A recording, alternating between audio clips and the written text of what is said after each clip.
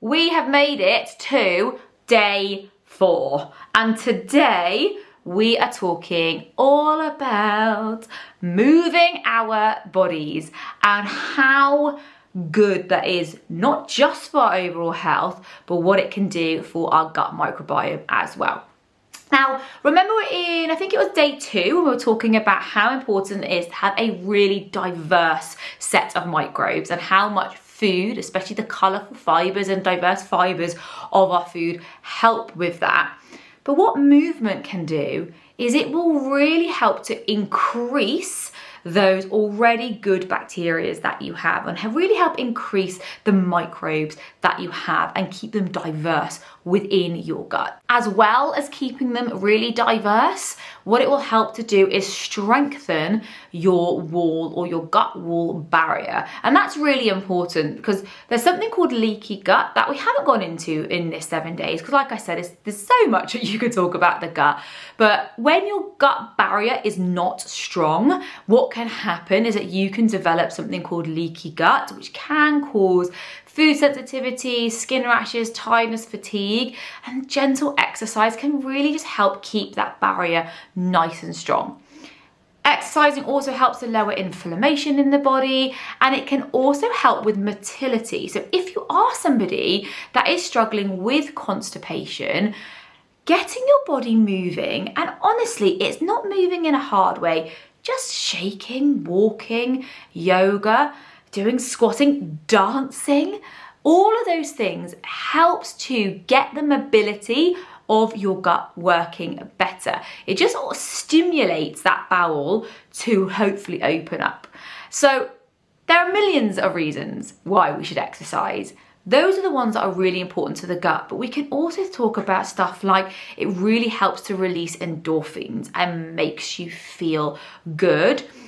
Exercising with a friend as well, social connection is something that we are, I feel, rapidly losing with the modern lifestyle. So going to a class, going to a yoga class, asking your friend if you want to go for a walk, rather than going, I don't know, for a coffee or doing what you normally do, coming over for dinner, let's go out for a walk and let's catch up whilst we are out in nature, which is great, but also just moving our bodies. Exercise and movement is also a great stress relief or stress management tool. It can help you get rid of all that excess stress and excess anxiety that you may have.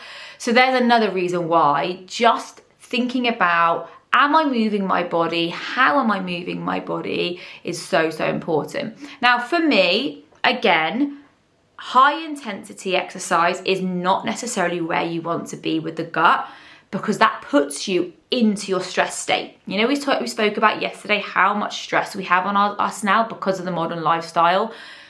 Gym workouts or real intense workouts do exactly the same. They spike your high stress, they spike your cortisol. So what we want to be thinking is low intensity. And you can get as many benefits from low intensity as you can get from high intensity. Now, actually, I want to just cover, if you don't have any gut issues, high intensity is absolutely fine. But if you are struggling with your gut and struggling with stress, that's when I always suggest lowering it down into low intensity. And they are things like walking, yoga. Rebounding is a great one. They're on the little trampolines. They are absolutely amazing. Amazing for shifting out water retention, getting things moving in the body as well. Pilates, any sort of slower strength training. The things that you may want to avoid are things like your sprints, if you're doing high interval sprints, or your HIIT workouts. They're just gonna spike that cortisol and potentially make that gut feel slightly uncomfortable. Go out, take a walk. I was gonna say take a shower. That's not what I mean. There's a dog. Go out and just enjoy, fall in love with moving. Pick a movement that you like. Don't do something because you think it's good for you. Do things because it feels good for you. I think that's what's really important. Movement should not feel like punishment. Movement is a privilege that we can do. And once you find something that you enjoy, it will feel so much easier.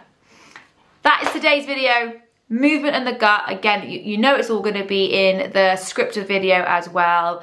What are you doing today? Are you moving? What type of movement are you doing? I think I'm going to do a little bit of walking and probably some sort of round wake and shake. I call it wake and shake, when I just shake my body out to make myself feel better. I'm losing my marbles, aren't I? Guys, I will see you tomorrow for day 5. Have a fantastic day, and I hope you get some form of movement in as well. Mwah!